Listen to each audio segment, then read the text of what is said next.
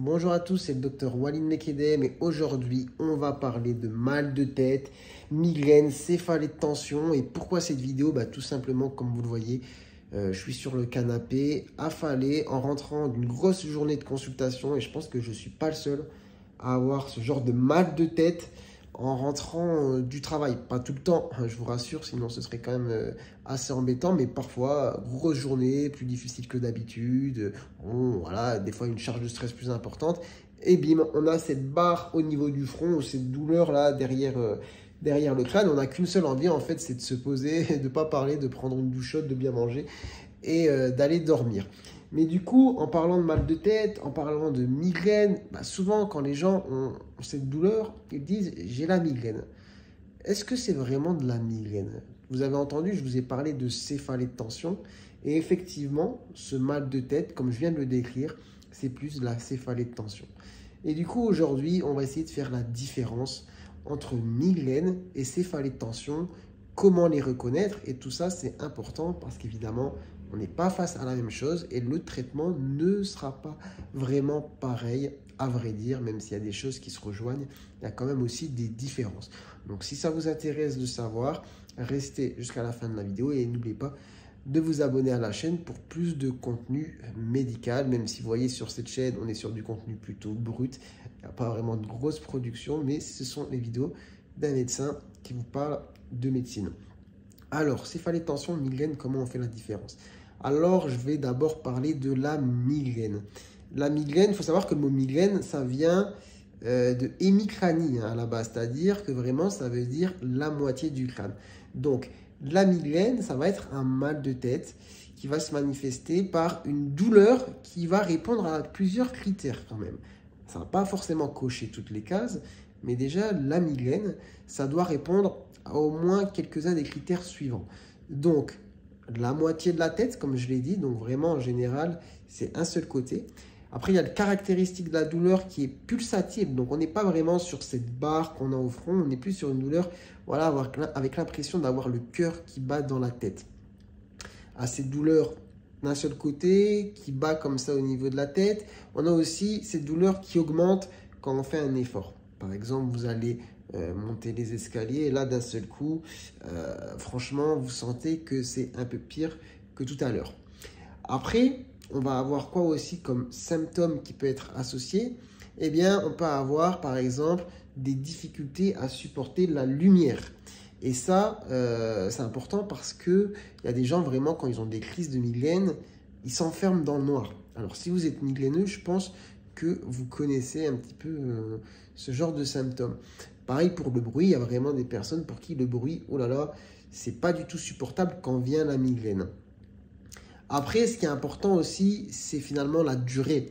Parce que vous voyez, la céphalée de tension, je vais y venir juste après, mais bon, ça peut être le mal de tête de fin de journée, voilà, qui va durer 1 heure et finalement vous reposez, vous buvez un peu, vous êtes au calme et ça part. La migraine, vraiment, ceux qui sont migraineux savent que ça peut être un enfer parce que ça peut durer jusque 3 jours. Ça dure entre 4 et 72 heures, normalement une vraie crise de migraine. Donc vous voyez, on a quand même beaucoup de critères sur lesquels il faut répondre. Comme j'ai dit, pas tous, mais en gros, quand vous allez aller chez le médecin, il va cocher des petites cases pour dire si vous êtes dans la case migraine ou non, même si ça fait un peu moche de parler de cases, mais c'est vrai, une migraine, comme je l'ai dit, c'est quelque chose de bien défini avec des critères. Parce que des maux de tête, vous allez voir, je vais faire plein de vidéos sur le sujet, il y en a pas mal qui sont différents. Et donc la migraine, il y a les critères que j'ai évoqués.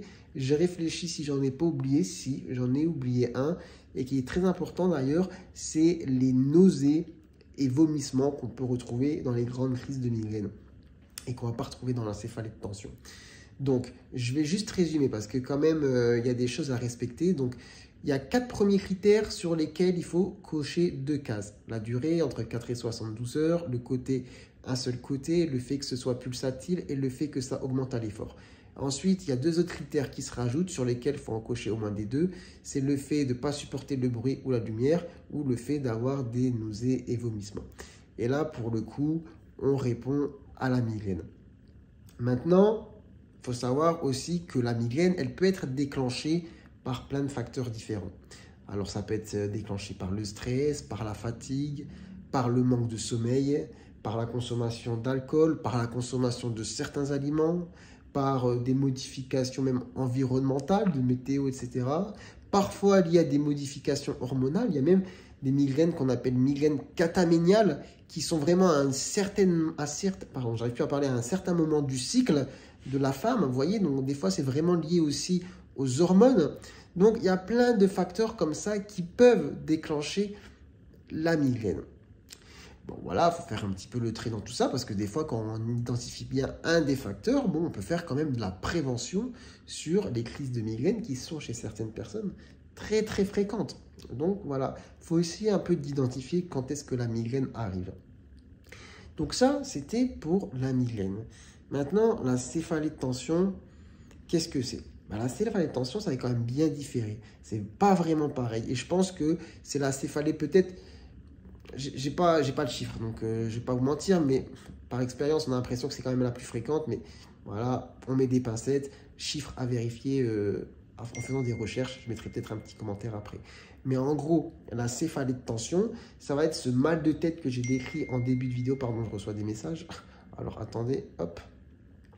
Donc ça va être ce mal de tête que j'ai décrit avec la barre, par exemple, au niveau du front. Souvent, c'est un mal de tête que vous allez avoir ici, ou alors vraiment au niveau des tempes, ou alors cette douleur que vous avez derrière la tête, là au niveau de ce qu'on appelle l'occiput. Et c'est plutôt une sensation de pesanteur, de douleur un petit peu sourde, comme ça, qui persiste. Vraiment la tête en étau. Et voilà, il y a aussi des facteurs qui peuvent le déclencher, comme aussi la fatigue, le stress, mais aussi parfois des douleurs cervicales, tout simplement. Parfois même la fatigue oculaire, le fait d'être resté trop longtemps sur l'ordi, etc. Et ça peut vous donner ce mal de crâne. Et finalement, c'est un mal de crâne qui n'a pas duré aussi longtemps que la migraine, qui va être d'ailleurs plus facilement soulagé par les médicaments que de la migraine et qui ne va pas être associé à des symptômes comme je l'évoquais tout à l'heure, par exemple comme la photophonophobie ou le fait d'avoir des vomissements. D'accord? Donc là, vraiment, pas d'inquiétude sur la céphalée de tension, c'est très fréquent. Souvent, pareil, on identifie un petit peu des facteurs associés, comme j'ai dit, le stress, le travail. Parfois, il y a aussi les troubles du sommeil, l'obésité. Ça peut jouer sur les céphalées de tension. Donc, c'est des choses quand même à avoir en tête. Maintenant, on fait le distinguo migraine, céphalée. Il faut noter que c'est même encore un peu plus compliqué que ça, parce que dans les migraines, on va avoir différents types de migraines, avec par exemple les migraines avec aura et les migraines sans aura. Mais aujourd'hui, j'ai un mal de tête, donc je ne vais pas trop détailler. Et si ça vous intéresse, faites-le moi savoir en commentaire et on fera une vidéo migraine avec aura vs migraine sans aura. Tout aussi intéressante d'ailleurs, mais je vous avoue qu'aujourd'hui, avec la barre que j'ai au front, d'ailleurs je l'ai plus à l'arrière du crâne ce soir, on va se limiter à ça. Et du coup, maintenant ce qui est important, c'est qu'est-ce qu'on fait? Qu'est-ce qu'on fait? J'ai mal au crâne, qu'est-ce qu'on fait? Donc en fait, le plus compliqué quand même à soulager, c'est la vraie migraine, la vraie crise de migraine. Et là, les migraineux savent de quoi je parle. Alors à vrai dire, le paracétamol, c'est pas efficace. Je connais très rarement quelqu'un qui a eu une vraie crise de migraine qui me dit j'ai pris un Doliprane ou un Dafalgan et franchement ça m'a soulagé. Non, ce qui marche bien, c'est les anti-inflammatoires. Évidemment, sur la base qu'on puisse en prendre, parce qu'il y a des personnes qui ne peuvent pas prendre d'anti-inflammatoires. Donc anti-inflammatoire ou aspirine, ça marche bien sur la migraine. Parfois, ce n'est pas assez. Et du coup, chez les personnes chez qui ce n'est pas suffisant les anti-inflammatoires, eh bien, on donne ce qu'on appelle des triptans. Bon, je ne vais pas détailler c'est quoi le principe de ce médicament, mais c'est un médicament qui marche très bien sur les crises de migraine. Et après, c'est déjà pas mal. Franchement, c'est déjà pas mal. Évidemment, il existe aussi des traitements de fond pour ceux qui font des migraines chroniques. Pareil, je ne développe pas forcément aujourd'hui. Faites-le moi savoir en commentaire si ça vous intéresse. Et maintenant, pardon pour la petite pause respiratoire là, que je viens de faire. Mais du coup, on va parler de la céphalée de tension, qui en général passe plus rapidement qu'une migraine. En général, le paracétamol pour le coup, ça peut suffire. Voilà. Et effectivement, moi parfois c'est mon cas. Je vous avoue, ça ne m'arrive pas souvent non plus. Mais quand j'ai un mal de crâne, une céphalée de tension, trop fatigué, trop grosse journée, un petit médicament, un petit paracétamol. Et après, ça se calme. Mais l'anti-inflammatoire peut aussi être très efficace sur ce genre de douleur. Et pour le coup, là, on ne donne pas de traitement sur les céphalées de tension.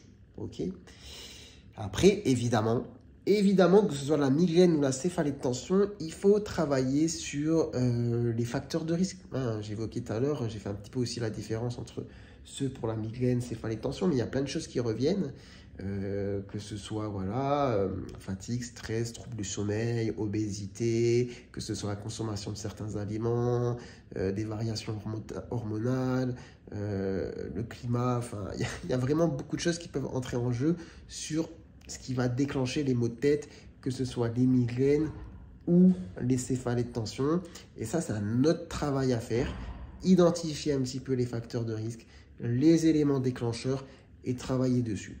Je vais prendre mon exemple. Typiquement, moi, quand est-ce que je vais avoir un gros mal de tête en mode céphalée de tension? C'est grosse journée de travail, mais on va dire on travaille tous. Hein, je veux dire, voilà, on a tous des grosses journées de travail, c'est pas suffisant, mais c'est vraiment la journée très très intense, celle où vous avez l'impression d'avoir une journée de malade mental et une grosse journée avec beaucoup de charges de stress, etc. et où j'ai pas beaucoup bu. Hein, voilà, par exemple, tout simplement. Et ben à la fin de la journée, je suis quasiment sûr d'avoir un gros mal de tête. Voilà, dites-moi un petit peu en commentaire, vous, quand est-ce que ça arrive, le mal de tête, que ce soit la migraine ou la céphalée de tension, hein, est-ce que vous avez identifié des choses qui déclenchent vraiment les douleurs chez vous? Est-ce que du coup, il y a quelque chose qui vous soulage bien? Enfin, j'ai parlé des traitements, mais est-ce qu'il y a des choses, des petits trucs, remèdes sympas qu'on peut mettre facilement en place pour soulager sans danger nos petits maux de tête? Et puis voilà, donc si vous avez des questions sur les migraines ou les céphalées de tension, n'hésitez pas à les poser en commentaire, j'essaierai d'y répondre. Comme je vous ai dit, je vais essayer de faire une petite série de vidéos sur tout ce qui est maux de tête. Donc, si ça vous intéresse, n'hésitez pas à vous abonner à la vidéo. Il y a pas mal de vidéos qui arrivent récemment. Hier, j'ai fait une vidéo sur justement le mal de tête et l'accident vasculaire cérébral. Quand est-ce qu'il faut y penser? Quand est-ce qu'il faut s'inquiéter? Est-ce qu'il y a des signes voilà, qui doivent nous orienter par rapport à ça?